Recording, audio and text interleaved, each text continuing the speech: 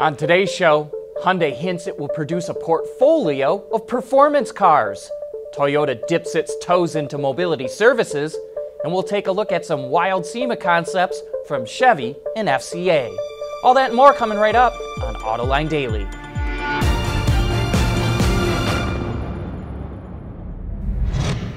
This is Autoline Daily, the show for enthusiasts of the automotive industry. Automakers think that mobility services could represent a whole new business for them to get into. They see a big chance to make big money. That's why we're seeing so much activity in this field. And now Toyota is strengthening its position in that new market.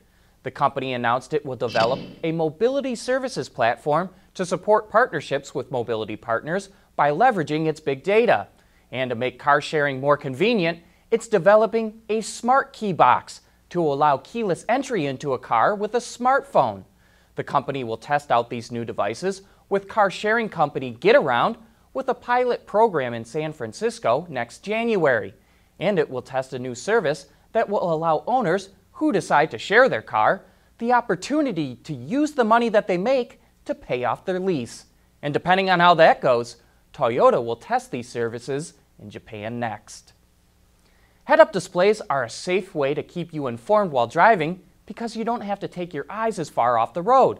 Most of these devices are only offered on a certain number of new vehicles, but aftermarket versions are available, and here's a new one from the Industrial Technology Research Institute in Taiwan that just caught our eye. Current HUDs usually only display images on a small area of the windshield, but this new one is a 26-inch virtual display that projects the image a little over 2 yards in front of the driver, which helps improve visibility. It's also able to project 3 displays at the same time.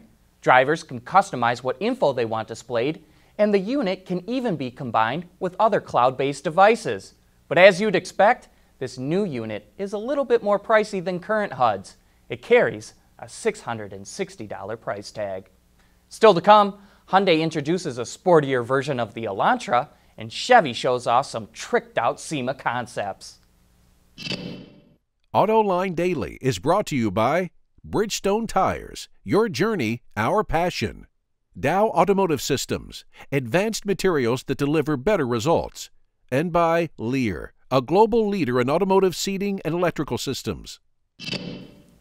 Adding a sport model is a time-honored practice of extending a model line, and Hyundai is the latest to do it with the Elantra Sport. The car gets some mild styling enhancements, mainly with a crisper front fascia. It delivers 201 horsepower, which is 54 more than the base Elantra. It also gets a multi-link rear suspension, which replaces the twist beam axle used in the base car. And all this makes for a better performing car. But it is rather tame. You are certainly not going to scare yourself with it. We can expect true fire breathers when Hyundai's newly formed N Group finally unleashes its performance models.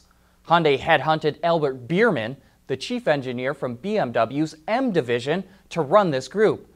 And while Hyundai execs say it's premature to talk about plans, they hint that the N Group will produce a portfolio of performance cars.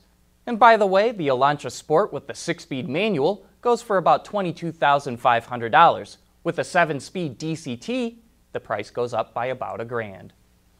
Well, the SEMA show kicks off today, which means more reveals. And this time we're taking a look at Chevrolet. With a slight nod to the Chevy Avalanche, the Silverado High Desert is based on the production model which bears the same name, but also features a brake and exhaust kit, concept 22-inch wheels, and a number of unique interior accessories. But for those of you looking for a little more adventure, might take a liking to the Track's active concept. The suspension has been lifted and the track widened to make room for the 18-inch off-road tires. You know, I really like the way this concept looks, and I think if Chevy came out with a version of this today, it would start stealing Jeep sales tomorrow. The brand will also have a number of other concepts, including a Silverado plow truck, a Colorado that's ready to hit the beach. But what would SEMA be like without the Copo Camaro? The program was restarted back in 2012 and has been the highlight of SEMA. The car is designed to compete in the NHRA's stock eliminator classes, which means there's a lot of variety. The Copo can be had with a number of LS and LT engines, supercharged or are naturally aspirated, and they are backed by a 3-speed transmission. But coming up next, we'll take a look at a designer's perspective of what it takes to come up with some of these wild concepts for SEMA. Lear Connexus is the new application suite in vehicle connectivity designed to deliver over-the-air software updates and more from Lear Corporation's E-Systems, leaders in power and data management. So often we only get to see the pictures of these wild and beautiful cars that will fill SEMA's floor space. But there's whole groups of designers behind the scenes that we rarely hear much about. The whole process is really something else and a lot faster than you might think. The head of Ram and Mopar Design, Joe Daner, calls it the paper-to-pavement process because it's almost like instant gratification. We're very unique. We actually have a Mopar studio that actually the designers that work within the Mopar brand coexist with the Mopar engineering staff, and this coexist within the Ram studio. So actually all the resources are kind of pooled together. They'll actually interface with our fabrication facilities, whether they're done in-house or outsourced through a outside fabrication facility. They're involved every step of the way, interior, exterior, graphics, underhood.